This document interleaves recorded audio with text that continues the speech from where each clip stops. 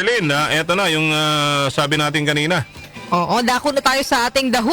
Ang misteryosong boses na ito, partner. Sige.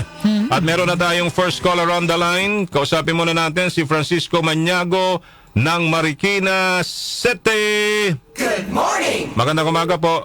Naku, naputol. Sayang. Sayang naman. Anyway, sa nagtatanong ano ba yung ating clue sa ating pong sino daho ang boses na ito, bibigay ko na yung pinaka-clue. Sige, ikaw na bahala dyan, partner. Dating broadcaster ito. Ay, tako. Diba kasi na unang panahon, mahilig ding sumagot sa English crossword puzzle. Hindi naman nila alam yun. Oo. Siya ay naging co-host sa original na Kwarta o Kahon noong dekada 70, katambal si Pepe Pimentel. Siya rin ay naging host sa phone-in question segment ng Inday Badiday, See True and Nothing But the Truth. Okay? So, let's see. Okay na? We have Francisco Maniago ng Marikina City. Good morning po! Yes, good morning po, good morning. Gandang umaga! Good morning, sir. Kumusta ho kayo, sir? Hindi naman kami nabagyo, sir. Hindi naman okay naman. Ay, ilang taon na ho kayo, tay? 68 na, sir.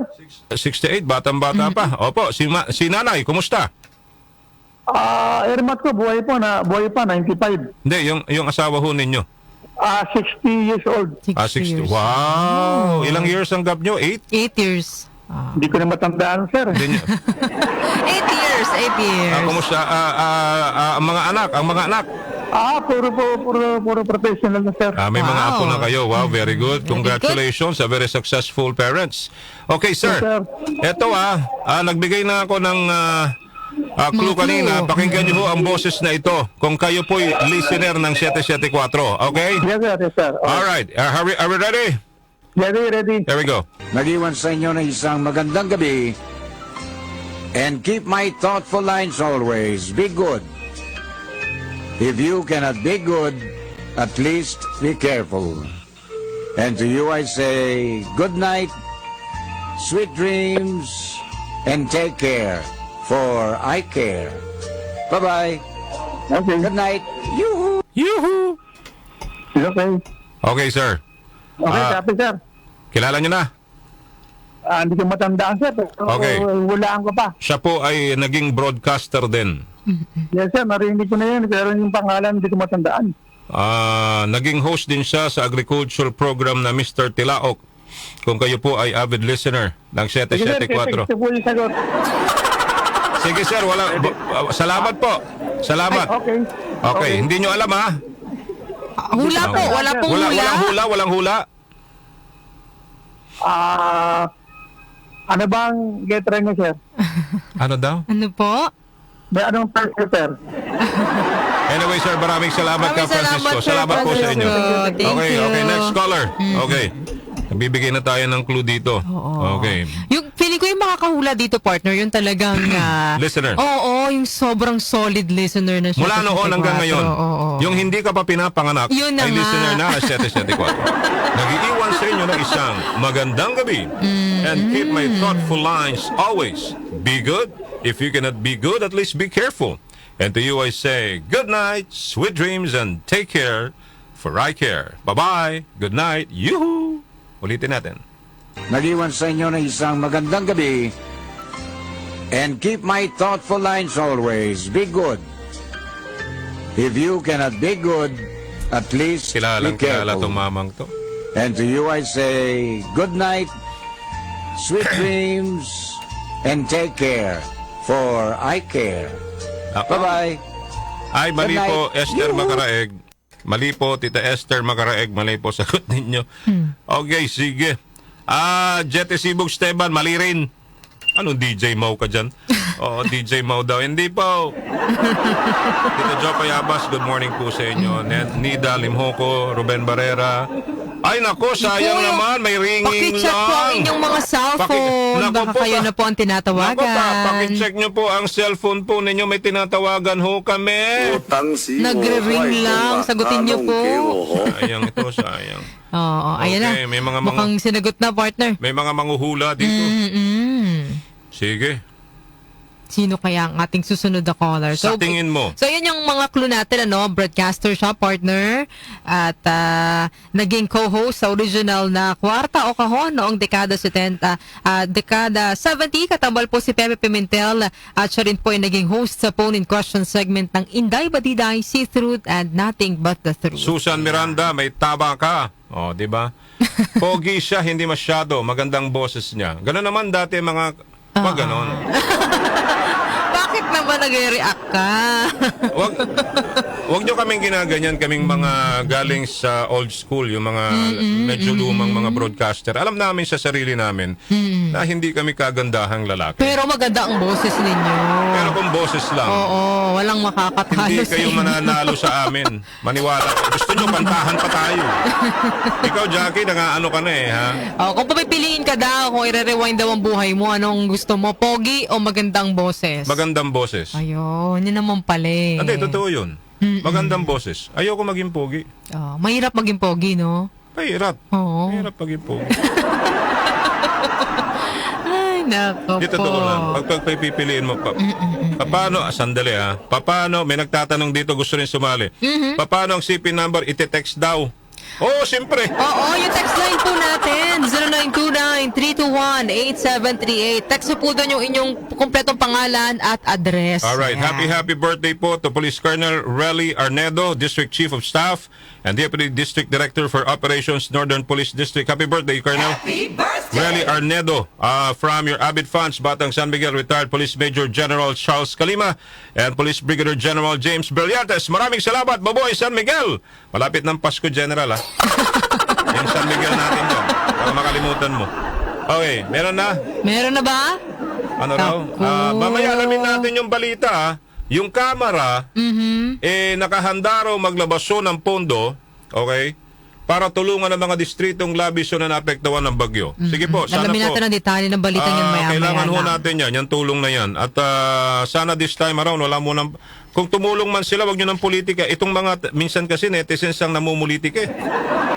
Tutulong ka, may sasabihin. Pag hindi ka tumulong, may sasabihin. So ayan na ho natin. Kung tutulong ho ang kamera, then well and good. Maraming salamat po sa inyo. Total, pera pa rin naman ng bayan yan. At tatanggalin muna natin ang pamumulitika. Lalo, grabe daw yung bagyo sa Aurora nitong nakaraan. Oo, sabi sa akin. Siya po ba si Eddie Ilarde? Crisanta Medina Dolor? Nge.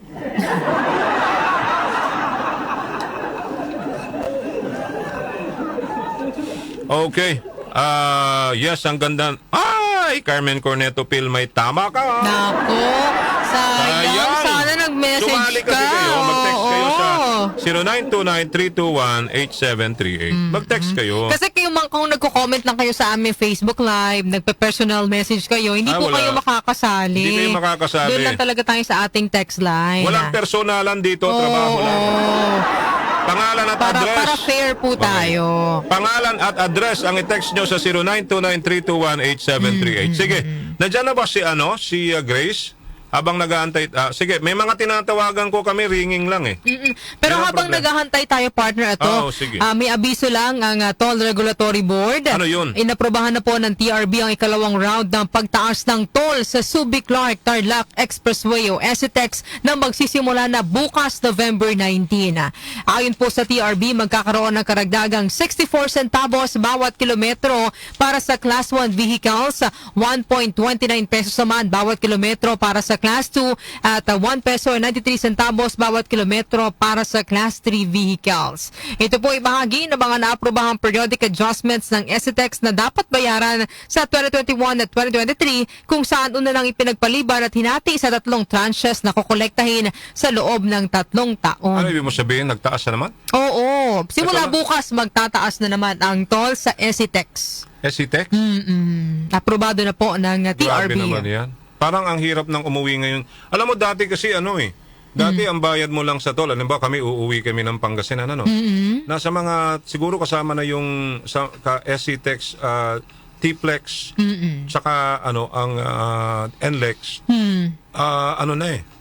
mga 300 plus lang. Ngayon, naabot na ng More magkano than 500, naman. partner. Oo. Yolanda Bombita ng Malate, Manila. Magandang umaga ho sa inyo. Good morning ho. Good morning, Joel. Good morning, Yolanda. Good morning, Nana Yolanda. Siguro ang una kong tanong kay Nana Yolanda, gaano na po kayo katagal na listener ng 774? Siguro mga 13 years na. 13 years. So, Yes. sandali lang kung 13 years, so mga 2000... Para mga... Today is 2024, 11? mga 2011. Oo. 2011. Ngayon, 2011. sana ho, mabusesen nyo ho ito. Sinabi ko na kanina, Tama. dati po siyang radio anchor din ho. Okay, hindi lang ho yun, kasama rin ho siya sa dating co-host ng Kwarta o Kahon. Ano pa? Ako, sana tama At yung ulan. naging host din po siya ng agricultural program ng 774 na Mr. Tilaok. Ayan. Okay, ready ha? Ito na yung boses. Pakinggan ho mabuti. Opo. Nag-iwan sa inyo ng isang magandang gabi. And keep my thoughtful lines always. Be good. Hello. If you cannot be Hello. good, at least Okay. be careful. Opo. And to you I say, good night, sweet dreams, and take care. For I care. Hello. Bye-bye. Ano, ma'am? night. Good. Meron, Hello. Meron po hello. kayong hula. Joel. Yes po. Vic Morales ang hula ko. Ha? Vic Morales. Vic Morales. Tingnan natin ha. Ay. Vic Morales nga ba ang sagot? Vic Morales! Correct!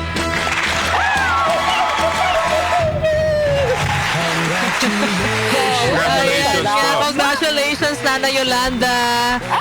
At Tama tama ho po ang kayo. inyong hula. Vic Morales po or Victor Isunga ang kanyang tunay na pangalan. Pero kilala siya bilang Vic Morales. sa broadcast name na Vic Morales. Congratulations! Siya po yung unang-unang humawak ng programang Minsan May Isang Awit. Yun. Na isa po sa highest high-rating music programs ng DWWW sa ilalim po ng pag-aari noon ni Mr. Roberto Bacsal. Isa Okay. rin po siya sa mga mentors ni Noli De Castro at sa loob po ng 8 buwan ay pansamantala siyang di narinig sa DWW 774 dahil nasangkot po sa isang vehicular accident noong 2006 at May 2010 nang tuluyan po niyang iwan ang radyo makaraan ng 50 taon ng kanyang karera dahil sa sakit. Alright, Yun, congratulations, Yolanda! Yehey! Alright, maraming salamat po sa inyo. Yan po si Vic Morales, mga kaibigan, ang ating The Who, ang misteryosong boses na ito. Nana Yolanda, pakisan lang po via text ang complete address po ninyo, ha? Opo. Sige. Thank you, congratulations po. Salamat.